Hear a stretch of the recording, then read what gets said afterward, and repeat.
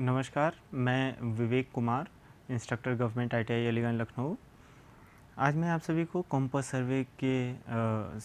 सर्वे से संबंधित कुछ न्यूमेरिकल प्रॉब्लम के बारे में चर्चा करूंगा। आइए शुरू करते हैं और जानने का प्रयास करते हैं कि इंक्लूडेड एंगल की मदद से हम कैसे अपने जो क्लोज ट्रावर्स है उसके एरर्स को रिमूव कर सकते हैं। तो हम इसको जानने से पहले हम बात करना चाहेंगे कि इंक्लूडेड एंगल क्या होता है। देखिए, यहाँ पर हमारे पास तीन स्टेशन है, स्टेशन ए, स्टेशन बी और स्टेशन सी। तो इन तीनों स्टेशंस को कनेक्ट करने वाली जो लाइन है, लाइन ए बी और बी सी, इन दोनों लाइन के बीच का जो एंगल है इसी को हम इंक्लूडेड एंगल की तरह देख रहे हैं। यहाँ पर जो हमारे पास कॉम्पस सर्वे में जो बियरिंग के माध्यम से इंक्लूडेड एंगल कैलकुलेट करने का, या फिर कह लीजिए कि फोर बियरिंग, बैक बियरिंग और हमारे पास इंक्लूडेड एंगल जो है, इन तीनों का जो रिलेशनशिप है इसको इस्टेब्लिश कैसे किया जाता है, तो एक बहुत सरल सा तरीका है, उससे हम इसको इस्टेब्लिश करते हैं। अभी हम जब कॉम्पस सर्वे पढ़ रहे थे इसके न्यूमेरिकल के भाग 1 में, तो हम लोग विस्तार से चर्चा किया था कि फोर बियरिंग किसे कहते हैं और बैक बियरिंग किसे कहते हैं। यहाँ पर एक बार हम फिर से दोहरा देंगे। देखिए, अगर हमने सर्वेक्षण की दिशा का निर्धारण इस तरह किया है, यानी कि पहले हम स्टेशन ए से शुरुआत करेंगे, फिर बी पर जाएंगे, फिर बी के बाद हम स्टेशन सी पर जाएंगे, तो ये हमारा सर्वेक्षण की दिशा निर्धारित हो गई।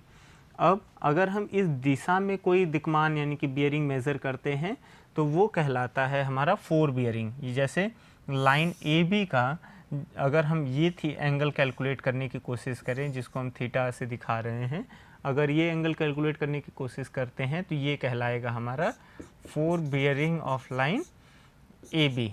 वहीं अगर हम यहाँ से सर्वेक्षण की दिशा हमारी ये है, लेकिन हम ये एंगल कैलकुलेट करने लग जाएं, अगर देखिए दिशा हमारी आगे की तरफ है, यानी हमें इस वाले लाइन का एंगल मेज़र करना चाहिए था, लेकिन हम इसका मेज़र कर रहे हैं, तो वो कहलाएगा बैक बियरिंग। जैसे थीटा 2 से दिखाया, अगर हमने थीटा 1 से दिखाया इसको थीटा 1, और back bearing of line A B हमारा यहाँ पे थीटा 2 हो जाएगा। अब देखिए, यहीं पर इंक्लूडेड एंगल का और बैक बियरिंग, फोर बियरिंग का एक आपस में रिलेशनशिप है। देखिए, जो इंक्लूडेड एंगल एट बी है, जो आप कह लीजिए कि अगर हम एंगल बी की बात करें तो ये होता है back bearing of previous line, यानी कि पिछली लाइन। देखिए, स्टेशन बी पर आप खड़े हैं तो यहाँ से यहाँ की प्रीवियस लाइन क्या है, प्रीवियस लाइन है ए बी, तो इसकी बैक बियरिंग कौन सी होगी। देखिए, ये पूरा एंगल होगा बैक बियरिंग ऑफ लाइन, ये ट्रू नॉर्थ से हम देख रहे हैं, तो ये पूरा एंगल होगा हमारा back bearing of previous line. इसी में से जब हम माइनस कर देते हैं four bearing of next line, तो ये हमारा जो मिलता है वो हमारा मिलता है four bearing of next line कौन सा एंगल होगा, ये एंगल हो जाएगा।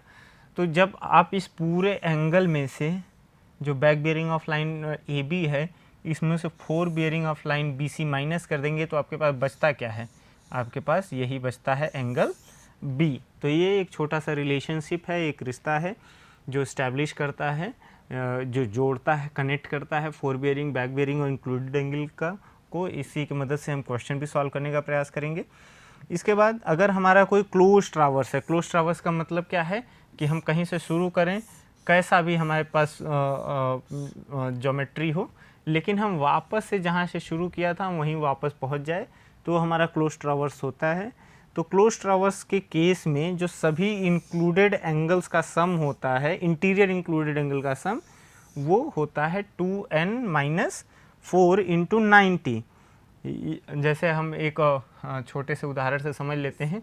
मान लेते हैं कि हमारे पास ये कोई क्लोज ट्रावर्स था जिसमें साइड है 1, 2, 3, 4 और 5 साइडें हैं इसमें। अब इसमें अगर हम टोटल इंक्लूडेड एंगल का सम, यानी कि ये इन सभी एंगल्स को अगर हम जोड़ें, तो जो वैल्यू हमारे पास आनी चाहिए थ्योरेटिकली, वो आनी चाहिए 2n-4 × 90 के बराबर। और जहाँ पे ये n है, ये n होता है नंबर ऑफ साइड्स, यानी कितनी भुजाएं हैं उनकी संख्या को दिखाता है n। अब जैसे इस वाले डायग्राम में क्या है, 5 साइडें हैं तो फार्मूले के हिसाब से 2 इंटू 5 माइनस का 4 इंटू 90, यही वैल्यू होगी हमारी, ये हो जाएगा 10, 10 माइनस 4 6, 6 इंटू 90, तो ये कितना हो जाएगा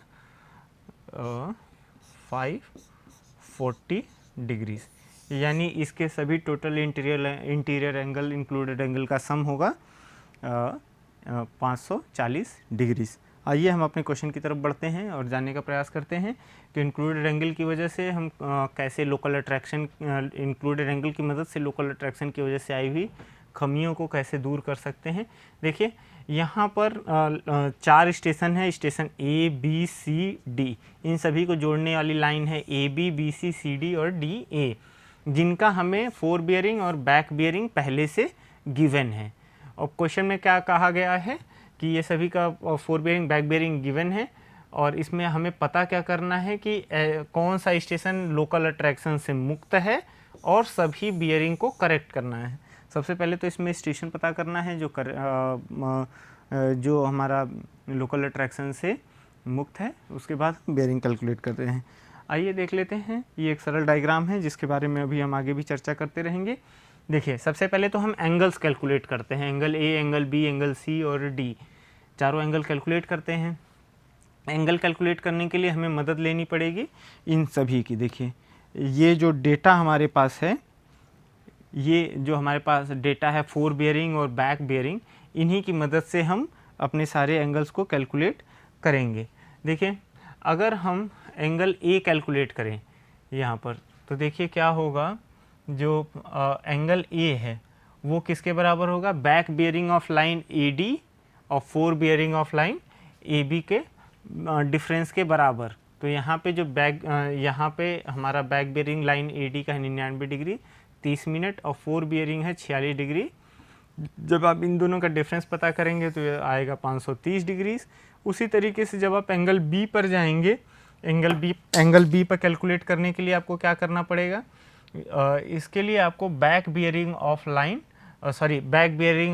ए बी में से सब्ट्रैक्ट कर देना होगा fore bearing of line B C. जब आप इसको सब्ट्रैक्ट कर देंगे तो आपको मिल जाएगा ये एंगल बी जो 106 डिग्री 30 मिनट के बराबर आता है। उसी तरीके से जब आप एंगल सी कैलकुलेट करना चाहेंगे तो आपको करना पड़ेगा back bearing of line B C में से जब आप सब्ट्रैक्ट कर देंगे fore bearing of line C D, तो आपको मिलेगा ये एंगल, जिसे एंगल सी कहेंगे, वो आता है 129 डिग्रीज। वहीं अगर आप एंगल डी कैलकुलेट करना चाह रहे हैं तो आपको करना पड़ेगा कि back bearing of line C D, देखिए ये ट्रू नॉर्थ है, back bearing of line C D यहाँ तक आएगा, back bearing of line C D जो 351 डिग्रीज है, उसमें से जब आप fore bearing of line A D यानी कि ये एंगल माइनस कर देंगे तभी आपको मिलेगा ये four bearing of line A D है 280 डिग्री। तो यहाँ से जो अंतर निकल के आता है वो 71 डिग्री मिलता है हमें। तो ये इस तरीके से आपने चारों उसको कैलकुलेट कर लिया, चारों एंगल को कैलकुलेट कर लिया। अब आपके पास एक थ्योरेटिकल चेक है 2n-4 इंटू 90, ये आपका थ्योरेटिकल चेक है। थ्योरेटिकल चेक में क्या होता है, ये बताता है सभी इंटीरियर एंगल्स के सम के बारे में, या कह लीजिए सभी इंक्लूडेड एंगल के सम को ये बताता है कितना आएगा। यहाँ पे जो n है वो n आता है नंबर ऑफ साइड्स। देखिए इसमें साइड कितनी है, 1 2 3 और यहाँ पे 4, तो 4 साइड है, यानी n इक्वल टू क्या हो गया, यहाँ पे 4 हो गया। तो यहाँ पे जब आप कैलकुलेट करेंगे 2 इंटू 4 माइनस का 4 यानी कि ये 8 हो जाएगा, 8 माइनस 4 4 आता है, इसमें 90 से मल्टीप्लाई कर देंगे तो ये 4 इंटू 90 आपका आएगा 360 डिग्रीज, यानी कि आपका सभी इंटीरियर एंगल का समेशन कितना होना चाहिए, 360 डिग्रीज होना चाहिए।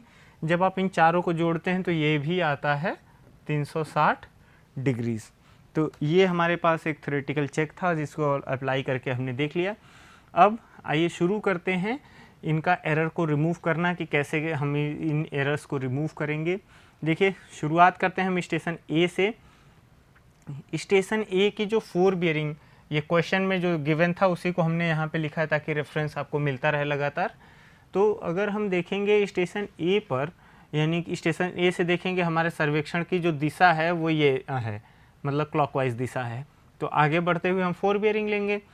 तो यहाँ पर अगर हम देखेंगे लाइन ए बी का 4 बियरिंग हमें पता है कितना, 46 डिग्रीज।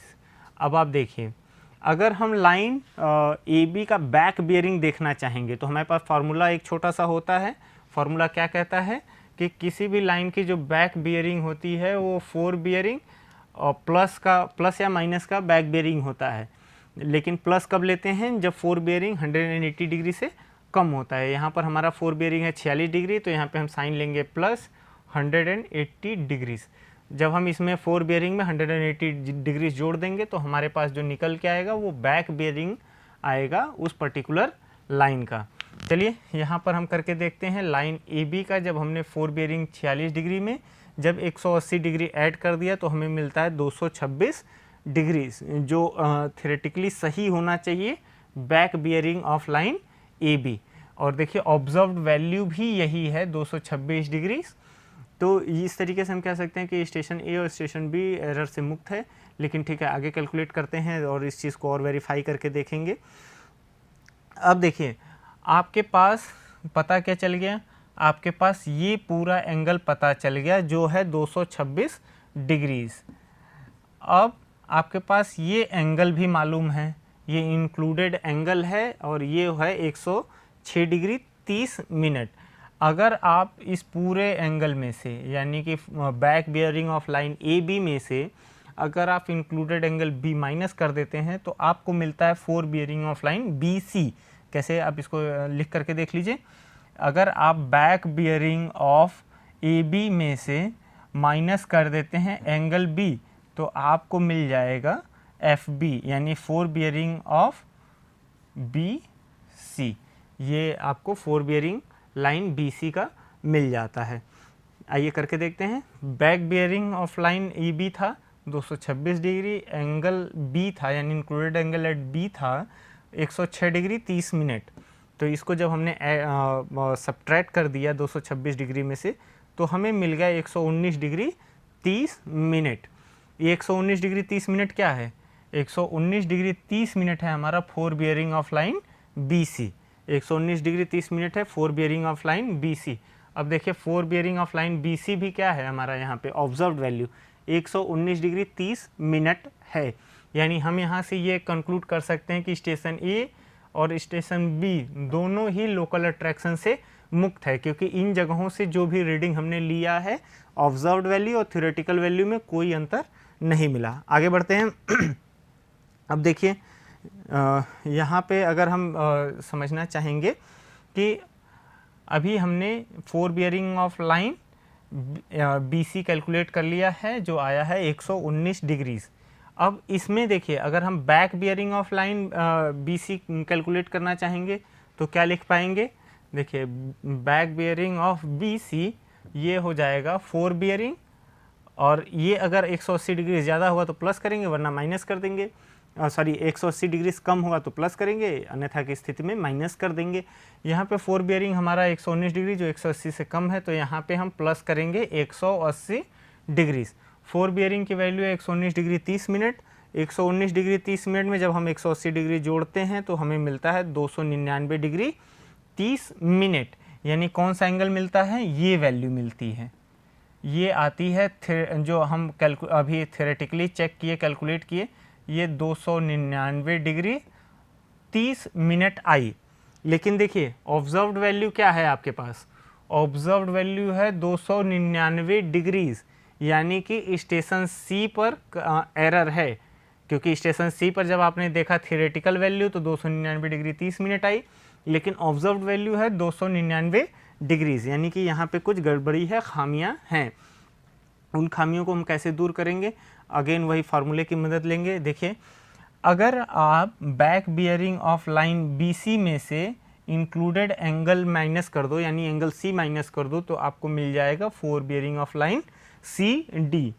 अब 4 bearing of line C D जो है इसको कैलकुलेट करने के लिए हमारे पास सरल तरीका है कि back bearing of line B C में से माइनस कर दे एंगल सी। चलिए सब्ट्रैक्ट करके देखते हैं। एंगल सी का वैल्यू हमारे पास है 129 डिग्रीज, तो जब हम 299 डिग्री में से 129 डिग्रीज को सब्ट्रैक्ट करते हैं तो हमें मिलता है करेक्टेड यहाँ पर देखिए, आप अगर इसमें से 299 डिग्री 30 मिनट में से 129 डिग्री माइनस करेंगे 299 डिग्रीज 30 मिनट में से माइनस करेंगे जब आप 129 डिग्रीज, तो ये आपको मिलेगा 30 मिनट 071 170 डिग्री 30 मिनट मिलेगा। और ये क्या होगा, जो 170 डिग्री 30 मिनट होगा वो 4 bearing of line C D होगा।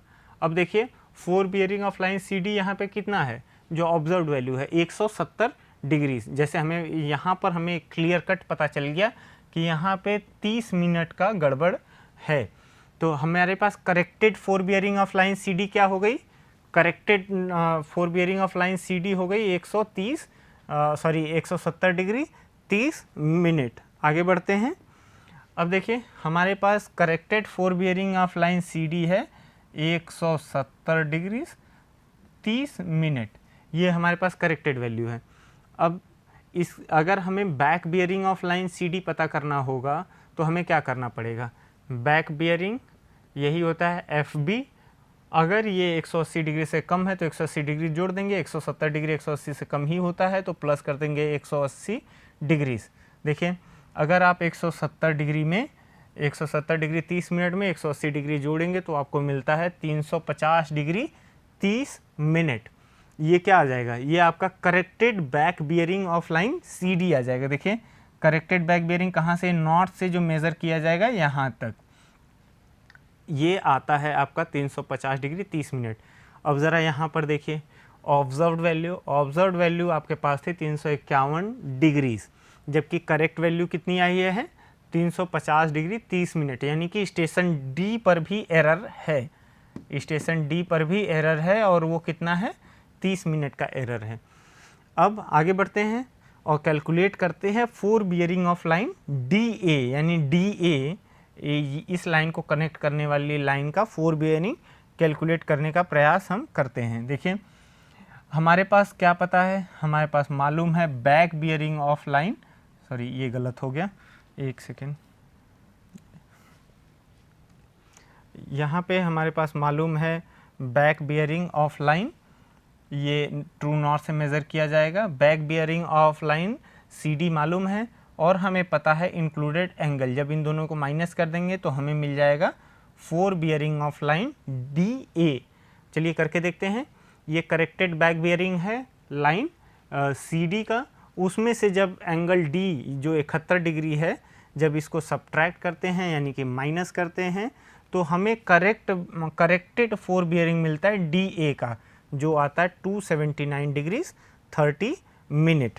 अब आप देखिए 279 30 मिनट क्या है, इसका 4 बियरिंग है लाइन डी ए का, लेकिन ऑब्जर्व्ड वैल्यू देखिए कितना है 280 डिग्री है, यानी कि स्टेशन डी पर भी 30 मिनट का गड़बड़ है, लोकल अट्रैक्शन की वजह से प्रभावित है हमारा लाइन डी ए। अब अगर हमें पता करना है back bearing of line D A, back bearing क्या होता है, ये होता है 4 बियरिंग प्लस या माइनस का बैक बियरिंग। प्लस कब लेते हैं, जब 4 बियरिंग 180 से कम होता है, माइनस कब लेते हैं जब 180 से ज़्यादा होता है। इस स्थिति में 180 से ज़्यादा है तो यहाँ पे लेंगे माइनस 180 डिग्रीज। जब आप इन दोनों को सब्ट्रैक्ट करेंगे यानी कि 279 डिग्रीज 30 मिनट में से जब आप 180 डिग्री 0 मिनट माइनस करेंगे तो आपको मिलेगा 30 मिनट, और ये 99 डिग्रीज 30 मिनट, ये आपको मिलेगा करेक्टेड बैक बियरिंग किसका, लाइन ए डी का। तो इस तरीके से यहाँ पर 99 डिग्री 30 मिनट है ही, क्योंकि स्टेशन ए से लिया हुआ रीडिंग ठीक है। तो इस पूरे कैलकुलेशन में अच्छा ये एक आखिरी चीज़ कर लेते हैं हम, यहाँ से 4 bearing of line A B देख लेते हैं। 4 bearing of line A B क्या होगा, back bearing of line D A minus का इंक्लूडेड एंगल। तो back bearing line D A क्या है, 99 डिग्री 30 मिनट है, उसमें से इंक्लूडेड एंगल जो कि 53 डिग्री 30 मिनट है माइनस करेंगे तो हमें मिल जाएगा 46 डिग्रीज। अब आप देखिए यहाँ पर जो स्टेशन ए और स्टेशन बी है, यानी स्टेशन ए और स्टेशन बी ये एरर मुक्त था। स्टेशन सी और स्टेशन डी पर हमारे पास 30-30 मिनट का हमारे पास एरर था और हमने उस वैल्यूज़ को लगातार करेक्ट कर लिया हर जगह पे। जैसे हमने ये वैल्यू करेक्ट की, हमने ये वैल्यू करेक्ट की। देखिए 170 डिग्री गलत आया था, 351 डिग्री गलत वैल्यू थी, फिर हमने इस वैल्यू को भी करेक्ट किया जो कि आया 279 डिग्री 30 मिनट। उससे पहले हमने ये 299 डिग्रीज को करेक्ट किया था जो हमारे पास वैल्यू थी 299 डिग्रीज 30 मिनट। ये जो वैल्यूज़ थी हमारे पास करेक्टेड वैल्यू है 299 डिग्रीज 30 मिनट। तो इस तरीके से हमने इंक्लूडेड एंगल की मदद से अपना पूरा करेक्शन कर लिया इस पर्टिकुलर क्लोज ट्रॉवर्स में। आगे हम मैग्नेटिक डिक्लिनेशन पे एक छोटा उदाहरण और सॉल्व करेंगे। हालांकि इससे पहले भी हमने एक क्वेश्चन किया है, लेकिन ठीक है, थोड़ा और एक और क्वेश्चन प्रैक्टिस करने से हो सकता है कि ये पूरा मसला पुख्ता हो जाए। अब देखिए मैग्नेटिक डिक्लिनेशन की बात जब भी हम करते हैं तो मैग्नेटिक डिक्लिनेशन होता है ट्रू नॉर्थ और मैग्नेटिक नॉर्थ के बीच का जो डिफरेंस होता है वही मैग्नेटिक डिक्लिनेशन कहलाता है। अगर डिक्लिनेशन टुवर्ड ईस्ट है, ये ईस्ट हो जाएगा, इधर वेस्ट हो जाएगा। अगर टुवर्ड ईस्ट है और हम ट्रू बियरिंग मेज़र कर रहे हैं तो उसको हम लेंगे पॉजिटिव। अगर टुवर्ड वेस्ट है, जैसा इस केस में देखिए ट्रू नॉर्थ यहाँ पे है, मैग्नेटिक नॉर्थ है यहाँ पे है, ये किधर की तरफ आया, वेस्ट की तरफ आया। तो अगर वेस्ट की तरफ है तो उसको हम लेंगे नेगेटिव। लेकिन कब लेंगे, जब हम ट्रू बियरिंग मेज़र कर रहे होंगे। अगर यहीं पर हम मेज़र कर रहे होंगे मैग्नेटिक बियरिंग तो ये साइन उल्टा हो जाता है। आइए इस क्वेश्चन में देखते हैं। हमें पता है मैग्नेटिक बियरिंग किसी लाइन का है 197 डिग्रीज़। हमें ट्रू बियरिंग पता करना है। अगर हमें पहले से पता है कि मैग्नेटिक डिक्लिनेशन है 3 डिग्री वेस्ट की तरफ। आप देखिए ये जो डॉटेड लाइन है ये हमारा मैग्नेटिक नॉर्थ है और ये जो हाईलाइटेड लाइन है, डार्क लाइन है, ये ट्रू नॉर्थ है। ये हमारा ऑब्जर्व लाइन ऑफ साइट है।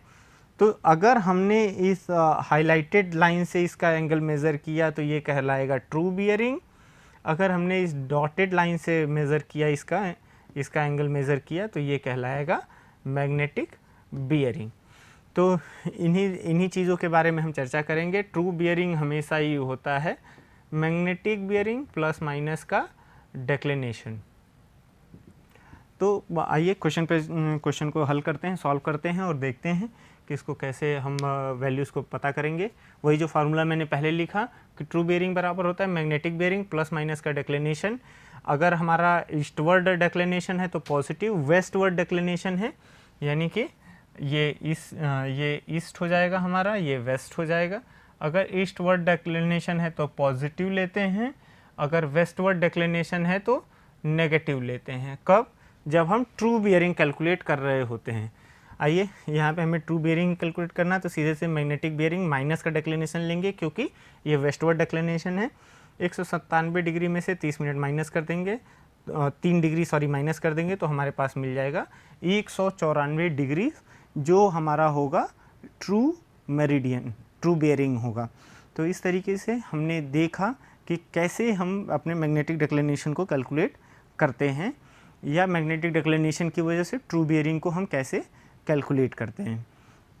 यहाँ पर हमने इस पूरे पार्ट में लोकल अट्रैक्शन की वजह से अपना प्रॉब्लम सॉल्व किया। लोकल अट्रैक्शन में हमने देखा कि अगर हमारे पास इंक्लूडेड एंगल है और फोर बियरिंग बैक बियरिंग है तो उसकी मदद से भी हम अपने ट्रवर्स को, अपने बियरिंग्स को करेक्ट कर सकते हैं। कैसे कर रहे थे, जो हमारे पास एक सरल प्रक्रिया है कि फोर बियरिंग या कह लीजिए कि इंक्लूडेड एंगल जो होता है ये होता है back bearing of previous line minus का fore bearing of next line.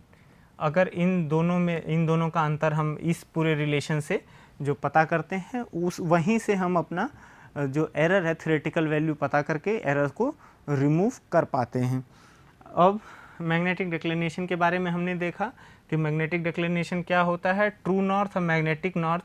अगर ये ट्रू नॉर्थ है और ये मैग्नेटिक नॉर्थ है तो जो इन दोनों के बीच का ये अंतर होता है इसी को हम डिक्लिनेशन बोलते हैं।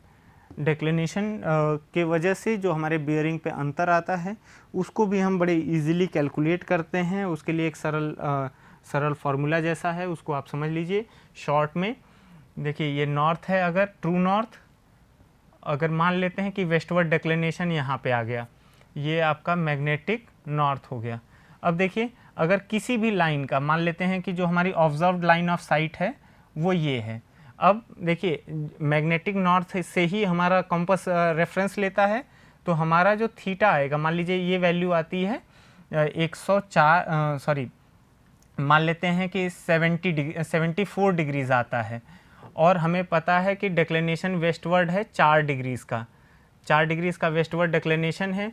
तो यहाँ पर जो ट्रू बियरिंग आएगी यानी ये वैल्यू आएगी, देखिए उसमें से ये वेस्टवर्ड डिक्लिनेशन को माइनस करना पड़ेगा, 74 माइनस का 4 डिग्रीज, तो ये आपका जो ट्रू बियरिंग आ जाएगा वो 70 डिग्रीज आ जाएगा। इसका एक उल्टा देख लेते हैं कि अगर डिक्लिनेशन ये ट्रू नॉर्थ है, अगर declination toward west toward east की तरफ है, पूर्व की तरफ है, तो आप देखिए इसको कैसे करेंगे। ये अगर मैग्नेटिक नॉर्थ है और हमारे पास यहाँ पर कोई वैल्यू है या वही सेम वैल्यू को लेते हैं, इसी एंगल को लेते हैं।